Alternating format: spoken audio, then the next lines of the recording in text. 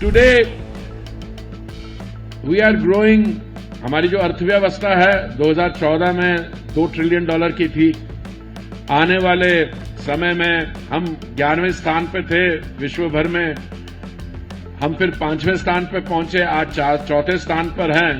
पर कुछ ही समय में हमारी जो अर्थव्यवस्था है जीडीपी विश्व भर में 30वें स्थान पे आएगी. कुछ ही महीनों की बात है. There are some concerns that this year the GDP growth may not be that good, but these numbers are well above our expectations. Our expectation was something in the range of 6.67 to 6.8%. So in this light, 7.8%, which is the highest growth in the last 5 quarters, is a very good number. All sectors of the economy have done very well.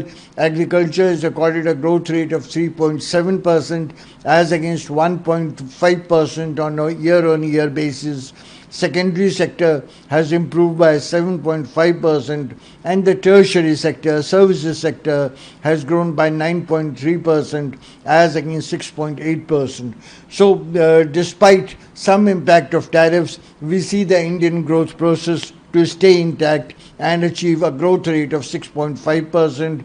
India is also on track to achieve a GDP growth of GDP number of 20.7 trillion by 2030 and $34.2 trillion by 2035. Well, this first quarter growth is very impressive.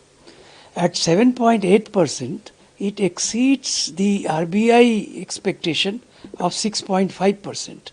6.5% growth rate was also the average growth rate of the last 4 quarters.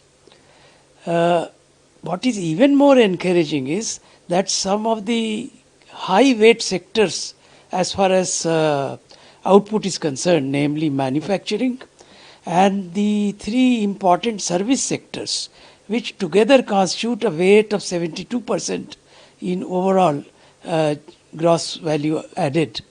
All of those have picked up and they are showing respective growth rates in the range of 8 to 9% on average. In fact, the service sectors that have even a higher weight have also picked up. Now, most of this growth has been supported by a demand side push from the government. Government's investment expenditure particularly, which grew by close to 30%, and consumption expenditure or revenue expenditure also grew by nearly 20%. Now, these are the demand sectors that actually government initiative was able to stimulate the economy. And in addition, actually the private final consumption expenditure, which also grew at 7%, which is quite robust, although it is only marginally less than what happened on average last year. So I would say that this growth is very encouraging. I only see 1 or 2 points of concern. First, as far as the contribution of net exports is concerned in the overall GDP, it has contracted, whereas in the last year it was positive.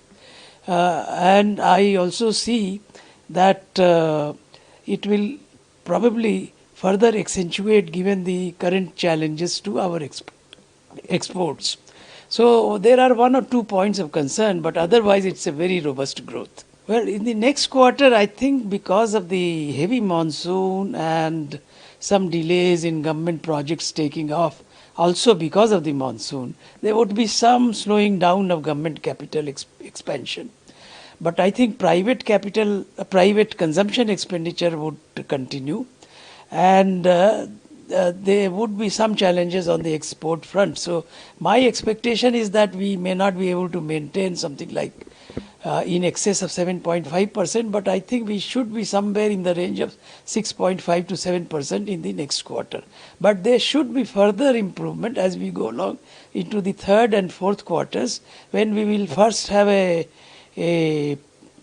demand push because of the festival season. Festivities would actually stimulate private sector demand, and later on we will be able to recover from the export side shock with suitable countermeasures.